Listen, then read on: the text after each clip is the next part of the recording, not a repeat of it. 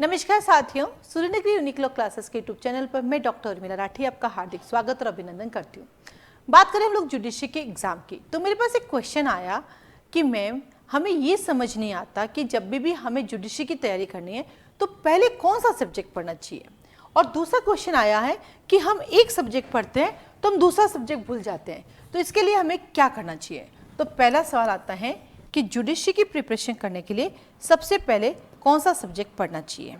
देखिए बेटा, जब हमें जुडिशरी का एग्जाम निकालना है तो ऐसा कुछ भी नहीं है कि पहले मैं सिविल पढ़ूँ या पहले मैं क्रिमिनल, क्योंकि मैं कई लोगों को देखती हूँ मुझसे पूछते हैं मैडम मेरे को सिर्फ सिविल का करना है या मुझे सिर्फ क्रिमिनल का। ऐसा नहीं है बेटा। जब भी आपको जुडिशरी निकाले, राजस्थान ने डिवाइड कर रखा है, एमपी ने कर रखा है, लेकिन बहुत सारे ऐसे स्टेट है जहाँ पर प्रोसीजर लॉ में सीपीसी सीआरपीसी सेम पेपर में आती है। यूपी के अंदर देख लो सीपीसी सीआरपीसी सेम पेपर में आती है, बिहार में देख लो सीपीसी सीआरपीसी सेम पेपर में आती है। तो हम ये नहीं कह सकते पहले मुझे क्या पढ़ना है, मैं सिविल करूँ पहले क्रिमिनल, नहीं। यदि आपको निकालना है तो आपको पैरेलल चलना पड़ेगा। आपको सीपीसी और सीआरपीसी को पैरेलल पढ़ना पड़ेगा।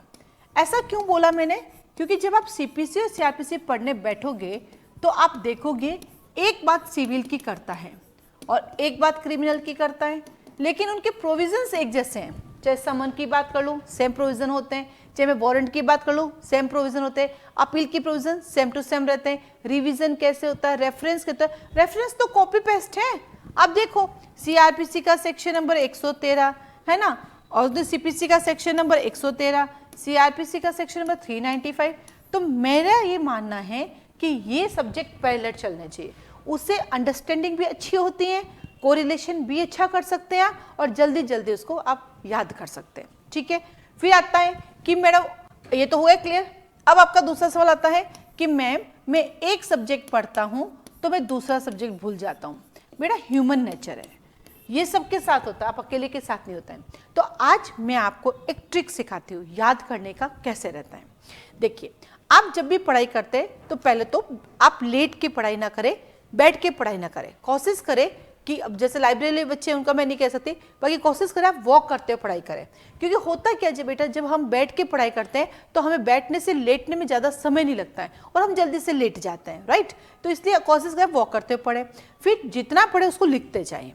जैसे एग्जाम्पल, आपने मान लीजिए एक एग्जाम्पल बताती हूँ, आपने सीआरपीसी याद करना है तो आपने पढ़ा सेक्शन 1 शॉर्ट टाइटल, फिर आपने पढ़ा सेक्शन 2 डेफिनेशन, फिर 3 में जाने से पहले section 1 short title, section 2 definition, section 3 construction, फिर सेक्शन 4 पे जाते हो तो वापस section 1 short title, 2 definition, 3 construction, section 4 किसके लिए ट्रायल करेगा। सेक्शन 5 पे जाना है तो section 1 short title, section 2 definition, section 3 construction, section 4 किसके ट्रायल करूंगा मैं यहाँ पर, और सेक्शन 5 सेविंग्स। अब 6 में जाने से पहले 1 to 5 को रिवाइज, यानी आप ऐसे टारगेट बनाओगे कि जितना मैंने पहले पढ़ा है मुझे उसको रिवाइज करना है। ऐसे कर करके करोगे खुद ही चीजें याद हो जाएगी, क्योंकि रटना नहीं है। आप जब चीजों को बार बार रिवाइज करोगे तो ऑटोमेटिकली चीजें याद हो जाएगी। तो पहला तरीका। दूसरा तरीका, आप जो कुछ आज पढ़े हैं उसको 24 आवर में आपको एक बार वापस रिवाइज करना है। यदि जो कुछ आपने पढ़ा और उसी को अगर 24 घंटे में आप रिवाइज कर लेते हो तो आपको एक सप्ताह याद रहेगा। यदि आप एक सप्ताह में उसको एक बार फिर से रिवाइज कर लेते हो तो वो आपको 15 दिन याद रहेगा। यदि 15 दिन में फिर से उसको एक बार रिवाइज कर लेते हो तो वो आपको 30 दिन याद रहेगा। यदि 30 दिन में आपने फिर से एक बार रिवाइज कर लिया तो वो आपको 3 महीने याद रहेगा। और यदि 3 महीने फिर से रिवाइज कर लिया तो 6 महीने याद रहेगा। और कोई भी एग्जाम निकालने के लिए 6 महीने चाहिए, ज़्यादा चाहिए नहीं।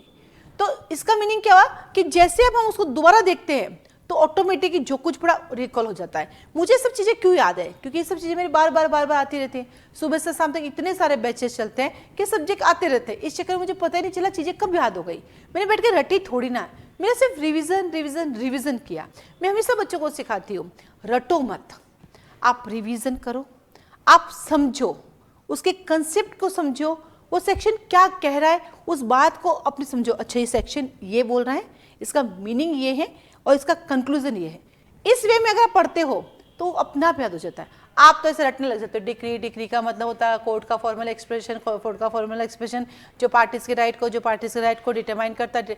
इसको नहीं रटना है, टाइटल को रिवाइज करना है, इसको समझना है। डिक्री क्या है, डिक्री में क्या इंक्लूड है, डिक्री में क्या इंक्लूड नहीं है, डिम डिक्री किसे कहते हैं, ये प्रीलिमिनरी होती है, फाइनल होती है, प्रीलिमिनरी किसे कहते हैं, फाइनल किसे कहते हैं। यदि इस वे से आपने पढ़ना शुरू कर दिया तो आपको खुद को ही पता नहीं चलेगा कब आपको पूरा का पूरा लॉ याद हो जाता है।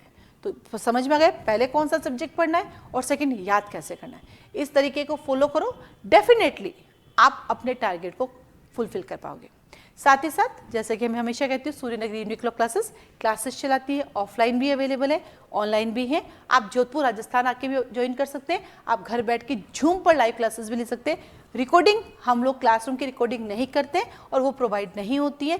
स्कूल जैसा स्कूल है, 0 से Z तक पढ़ाते हैं, सेक्शन भी पढ़ाते हैं, सब सेक्शंस भी बताते हैं, कंसेप्ट भी क्लियर करते हैं, प्रैक्टिकल बात पे चर्चा करते हैं, केस लॉज भी बताते हैं, याद भी कराते हैं, समझाते भी हैं, रिवीजन भी रहता है, सब ओवरऑल रहता है जो कि आप मेरे यूट्यूब पे देखते हैं। आपको कभी भी क्लासेस ज्वाइन करती आप कभी भी ज्वाइन कर सकते हैं, क्योंकि जहाँ से आप ज्वाइन करेंगे वहीं से आपका कोर्स स्टार्ट होगा।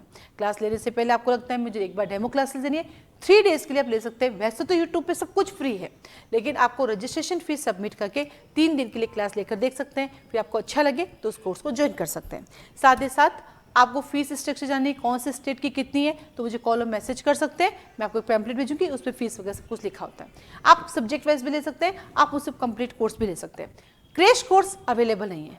फाउंडेशन बेस्ट चलाती हूँ क्योंकि शॉर्टकट किसी भी चीज़ का नहीं होता है। जिंदगी में कभी शॉर्टकट सफल नहीं होता है, लॉन्ग कट जाना ही पड़ता है। अधिक जानकारी के लिए मुझे कॉल मैसेज कर सकते हैं। नंबर है इस पर लिखा हुआ है स्क्रीन पे, 9950574460। आज के लिए धन्यवाद।